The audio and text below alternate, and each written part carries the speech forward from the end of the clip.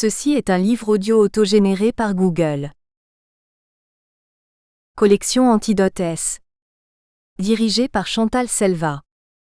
Créée en septembre 2012, la collection Antidote S donne des coups de projecteur sur une réalité sociale, économique, politique et culturelle en mutation, à partir de personnes ou d'organisations, qui ouvrent des clairières nouvelles grâce à leur intelligence des choses du monde. Les auteurs de la collection viennent d'horizons très variés, apportant des éclairages singuliers du lieu de leur pratique. Ils donnent des pistes de réflexion à un public en recherche de repères, à partir d'essais, de récits de vie ou d'entreprise, de témoignages, mais surtout, en lui permettant de construire sa propre interprétation de la réalité sociale et de mieux s'y ancrer. Antidote S aux idées reçues, au conformisme, au découragement, au fanatisme, à la violence dans tous ses états, à toutes les formes d'immobilisme qui donnent de la société une idée fausse. Traverser les crises dans le mouvement de la vie. Déjà paru. Laurent Hincker, Le harcèlement moral dans la vie privée, une guerre qui ne dit pas son nom, novembre 2012. Vincent Paillet, La voyance en question, dire là-haut ce que tout le monde pense tout bas, mars 2013. Patrice Aberreur, Mots sauvages, La forêt dernier refuge du sauvage, octobre 2013. Patrick Haïch, Grandir entre deux cultures. Une bille de terre contre une bille de verre, avril 2013. Dédicace. À Chantal, mon épouse qui me pardonne le temps consacré aux autres femmes. À Ernestine Renet, sans qui ce dispositif n'aurait pas vu le jour. Citation. Toutes les familles heureuses le sont de la même manière. Les familles malheureuses le sont chacune à leur façon. Léon Tolstoï, Anna Karénine. Préface. En juin 2013, l'Organisation mondiale de la santé révélait les chiffres consolidés des violences faites aux femmes dans le monde. Plus d'une femme sur 3 a subi des violences conjugales ou sexuelles dans sa vie. On voudrait croire que cette réalité n'est pas la nôtre. Il n'en est rien évidemment. 200 à 1000 femmes sont victimes chaque année de violences conjugales, violences physiques et sexuelles. Parmi elles, 1 sur 6 seulement porte plainte. 1 fois sur 4, ces violences sont de nature sexuelle. Tous les 3 jours, les violences conjugales sont fatales. En 2012, 148 femmes sont mortes de violences. Face à cette réalité, les acteurs du département de Seine-Saint-Denis ont su créer un laboratoire d'idées, trouver des réponses nouvelles, des réponses concrètes qui reposent sur quelques mots-clés. L'observation, pour mieux comprendre la réalité des violences, l'innovation et l'expérimentation. Car face à cette expression de domination masculine séculaire, il faut sans cesse s'adapter, et la culture du partenariat, basée sur une confiance réciproque. Emblématique de cet engagement pour les femmes et de cette force créatrice, le téléphone grand danger a vu le jour dans ce département, sous la forme d'une expérimentation, avant de se déployer dans d'autres départements, au gré du parcours de Patrick Poiret, au gré des rencontres et de l'adhésion rencontrée très vite auprès des partenaires, au niveau national comme au niveau local. Le livre de Patrick Poiret raconte l'aventure de cette belle idée, la convergence des volontés et le combat partagé avec Ernestine Renet pour apporter aux femmes un téléphone fait pour sauver des vies. Et surtout, il témoigne de ces parcours de femmes épuisées par des années de souffrance et pour qui le TGD est devenu un espoir, un soulagement. C'est à cette idée pragmatique que j'ai adhéré, dès mon arrivée. Avec un objectif, ne pas attendre, annoncer très vite la généralisation de ce dispositif, en faire le levier d'un nouveau partenariat au niveau local et travailler avec tous les acteurs pour la réaliser en 2014. Préfets, procureurs, conseillers généraux, de toutes parts des demandes me sont parvenues ainsi que des soutiens lorsque j'ai inscrit cette mesure de généralisation dans le projet de loi pour l'égalité entre les femmes et les hommes et dans le nouveau plan interministériel de lutte contre les violences faites aux femmes. Au fond, l'histoire du TGD, c'est une belle histoire de service public. Celle d'une idée portée à bout de bras par un procureur et une responsable du Conseil général de Seine-Saint-Denis, passionnés par leur mission. Celle d'une idée portée par des acteurs locaux, expérimentée avec succès puis portée au niveau national.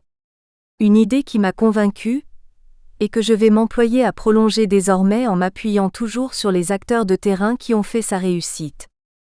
Najat Vallaud-Belkacem, ministre des Droits des Femmes. Porte-parole du gouvernement. Introduction. La mort au quotidien. Bobigny, 23 novembre 2009, 9h. Le 23 novembre 2009, lors des 7e rencontres Femmes du Monde en Seine-Saint-Denis à la Bourse du Travail de Bobigny, en présentant le dispositif d'alerte pour femmes en très grand danger, je déclarais: le véritable combat, c'est celui de faire reculer les violences faites aux femmes, celui de faire reculer les violences intrafamiliales quels qu'en soient les auteurs ou les victimes. Ce combat, c'est celui, rêvons, de l'abolition des violences familiales, car il n'y a pas pire insécurité que celle du premier cercle, celui du couple, celui de la famille. Ce cercle est mortifère. Les morts violentes dans le couple, ou l'ancien couple, ne sont comptabilisées que depuis 2006. Les chiffres suivants sont tirés des études de la délégation aux victimes, du ministère de l'Intérieur. De 2006 à 2012, cette délégation a recensé 1203 décès, 1012 femmes, 191 hommes, soit en moyenne annuelle. 144 femmes. 27 hommes. Les chiffres ne prennent pas en compte les victimes collatérales, enfants, parents, amis, voisins, témoins décédés au cours de l'action criminelle. La délégation aux victimes répertorie cependant celles-ci. En 2012, ces morts violentes, avec notamment les suicides des auteurs, ont eu pour conséquence 18 enfants orphelins de père et de mère. 111 enfants orphelins de mère, 11 orphelins de père. Pour comprendre l'ampleur du phénomène, les chiffres parlent d'eux-mêmes. On a dénombré en France, en 2012, 791 morts violentes, homicides volontaires et coups mortels, dont 174 dans le couple. Les morts violentes dans le couple représentent 22% de ces crimes en 2012. Selon les chiffres publiés en juin 2013 par l'Organisation mondiale de la santé à Genève, dans le monde, pas moins de 38% du total des meurtres de femmes sont commis par des partenaires intimes. Compter ne suffit pas.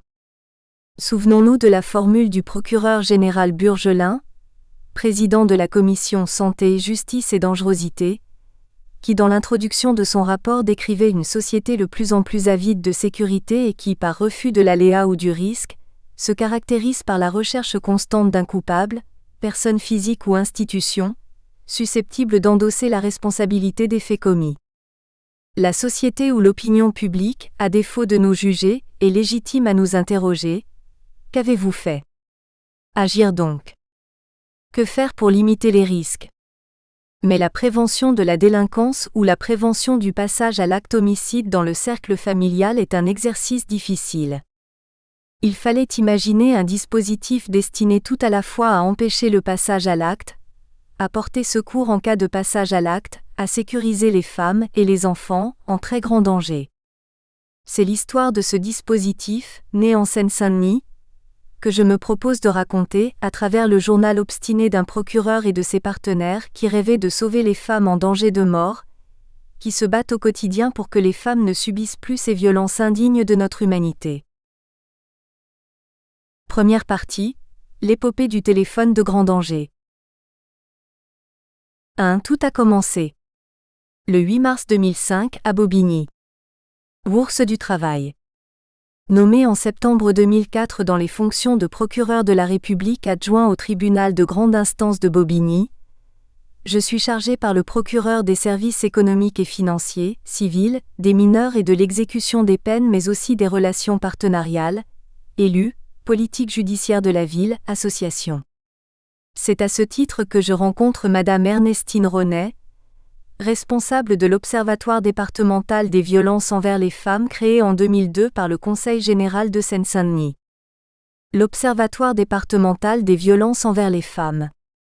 À travers sa documentation, l'Observatoire se définit comme un outil pour lutter contre toutes les violences envers les femmes. Créé fin 2002 à l'initiative du Conseil général de la Seine-Saint-Denis, l'Observatoire départemental des violences envers les femmes est un espace d'échange et de réflexion, un outil d'analyse et de recensement et un vecteur de communication et d'information.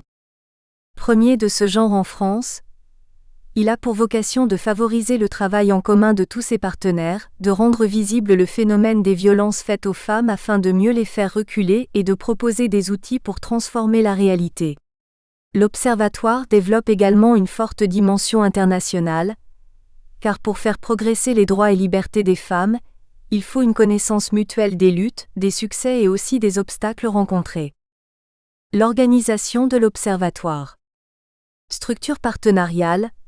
L'Observatoire départemental des violences envers les femmes comprend un groupe de pilotage dont l'objectif est d'organiser la réflexion et les initiatives mises en œuvre par l'Observatoire et ses partenaires.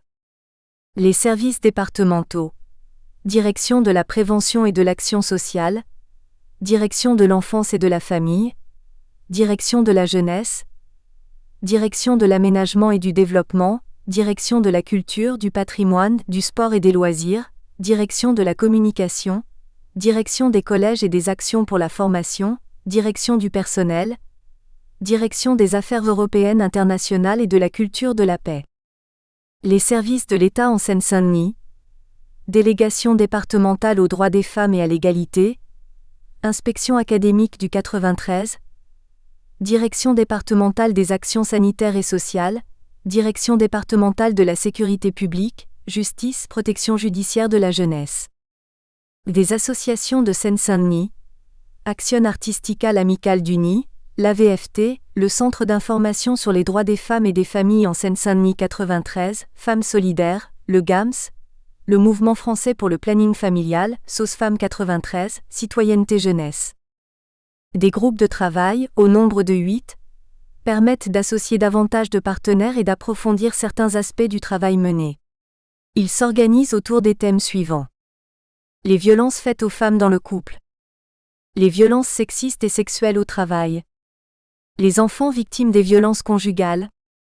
La prévention des comportements sexistes dans les relations filles-garçons. Les études sociologiques et statistiques. La dimension internationale de l'Observatoire. Problématiques spécifiques des femmes migrantes. Le phénomène prostitutionnel. Les femmes en très grand danger. Les temps forts annuels proposés par l'Observatoire. L'activité de l'Observatoire départemental des violences envers les femmes est ponctuée chaque année par des temps forts. Une demi-journée professionnelle dans le cadre de la Journée internationale contre les mutilations sexuelles féminines, autour du 6 février. La rencontre départementale de l'Observatoire, organisée lors de la Journée internationale des femmes 8 mars. Cette rencontre accueille des professionnels LES et des militants associatifs. Elle regroupe chaque année environ 600 personnes. Elle donne lieu à la publication des actes. La rencontre départementale des jeunes contre le sexisme. Un travail avec les jeunes pendant toute l'année scolaire. Les rencontres internationales. Femmes du monde en Seine-Saint-Denis, qui marque la Journée internationale pour l'élimination des violences envers les femmes, 25 novembre.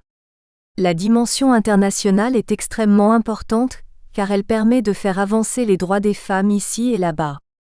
Ces rencontres sont organisées avec le soutien du Conseil régional d'Île-de-France et en partenariat avec les villes du département. Des outils de prévention et d'information. L'ensemble des outils suivants sont disponibles à l'Observatoire. Les actes des rencontres organisées par l'Observatoire. Un guide des outils de prévention existants sur la Seine-Saint-Denis. Un protocole départemental de lutte contre les mariages forcés et une brochure d'information. Des affiches et cartes postales des campagnes de sensibilisation contre les violences faites aux femmes, ainsi que des affiches des rencontres de l'Observatoire. Des DVD. Le mariage forcé. Filles et garçons au collège. Le ramadan de la parole. Lire la violence pour l'interdire. Biakoro. Le mariage forcé est une violence. 5 théâtres forums en lien avec le Mouvement français pour le planning familial, 93. X Egali, destiné aux jeunes. Les unes et les uns, destinés aux professionnels. Les choix du cœur sur le mariage forcé. Le parti de Claire sur les violences dans le couple. Rôle sur les comportements sexistes en direction des adultes. Un théâtre forum en lien avec l'AVFT. Silence complice sur les violences au travail. 2 spectacles musicaux créés spécialement à la demande de l'Observatoire. Décidel, spectacle de chansons. Paroles de femmes, slam sur le continuum de la violence. 7 expositions. À contre-coup. Exposition sur l'excision. Femmes d'Afrique. Violence, elles disent non. Elles rebellent. Les cérémonies d'abandon de l'excision au Mali. Les jeunes contre le sexisme. La variété et le nombre de ces outils d'information, par des canaux tant informatifs que culturels, indiquent combien la sensibilisation des femmes est un axe majeur de cet observatoire. Il s'agit non seulement de leur faire connaître leurs droits, mais aussi de changer les mentalités face aux violences conjugales, ne plus avoir honte, agir. Cette structure dynamique organise 2 événements départementaux, autour de 2 dates emblématiques. Le 8 mars est consacré à la Journée internationale de la femme ou Journée internationale des droits des femmes, ONU 1977. Le 25 novembre est dédié à la Journée internationale pour l'élimination de la violence à l'égard des femmes, également appelée Journée mondiale de lutte contre les violences faites aux femmes, ONU 1999. L'Observatoire organise donc depuis 2003, en mars, les rencontres de l'Observatoire et en novembre, les rencontres Femmes du Monde en Seine-Saint-Denis, en novembre. Jusqu'en 2004, le parquet qui ne participait pas à l'Observatoire n'était pas invité à s'exprimer lors de ces événements, il était même évité en raison de sa politique pénale. Le sujet de violence envers les femmes ne m'était pas inconnu. En effet, dans mes fonctions antérieures à la direction des affaires criminelles et des grâces du ministère de la Justice, 1999 à 2004, j'avais participé comme sous-directeur à la rédaction du premier Guide de l'action publique en matière de violences commises au sein du couple, qui avait été diffusé au procureur de la République en septembre 2004. Madame René m'invite aux 3e rencontres de l'Observatoire en mars 2005 où j'annonce, avec l'accord du procureur, 3 décisions qui inaugurent l'engagement du parquet. D'une part, le parquet de Bobigny participera désormais aux travaux de l'Observatoire et je serai son représentant. D'autre part, le parquet de Bobigny va mettre en place une nouvelle politique pénale en matière de violence envers les femmes. Et enfin, je rendrai compte à l'Observatoire de cette nouvelle politique pénale avec des données chiffrées. Cette déclaration est chaleureusement accueillie par un auditoire de plus de 500 professionnels des services représentés au sein de l'Observatoire. Les engagements du 8 mars 2005 seront tenus. La politique pénale en matière de violence faite aux femmes, expliquée à l'Observatoire est comprise mais aussi vérifiée par les associations spécialisées qui en témoignent. Ainsi de 2004 à 2009. Le taux de réponse pénale progresse de 75 à 92%. Le taux de classement sans suite chute de 25 à 8%. Le recours à la médiation pénale passe de 37,8 à 0,4%. Le taux de poursuite devant le tribunal correctionnel progresse de 23,3 à 45%. 2. Une expérimentation à la française. Bobigny, 6 mars 2007. Bourse du travail. Le 6 mars 2007, lors de la 5e rencontre de l'Observatoire, je déclarais « Notre département est un vrai laboratoire en matière de partenariat sur les violences faites aux femmes. Les choses avancent, même si tout n'est pas encore parfait. Un des aspects essentiels est d'éviter les homicides. Chaque nouvelle affaire nous plonge dans le désarroi. Nous nous demandons toujours ce que nous avons raté dans ces situations. Il est indispensable de trouver pour ces situations d'extrême danger quelque chose d'innovant et d'efficace pour éviter de tels drames. Il faut pouvoir porter secours à ces femmes dans les plus brefs délais. » Quelques minutes avant moi, Madame René, en introduction de cette 5e rencontre de l'Observatoire, venait de rappeler les morts violentes survenues en 2006 dans le département et la première de l'année 2007 le 27 février à Livry-Gargan.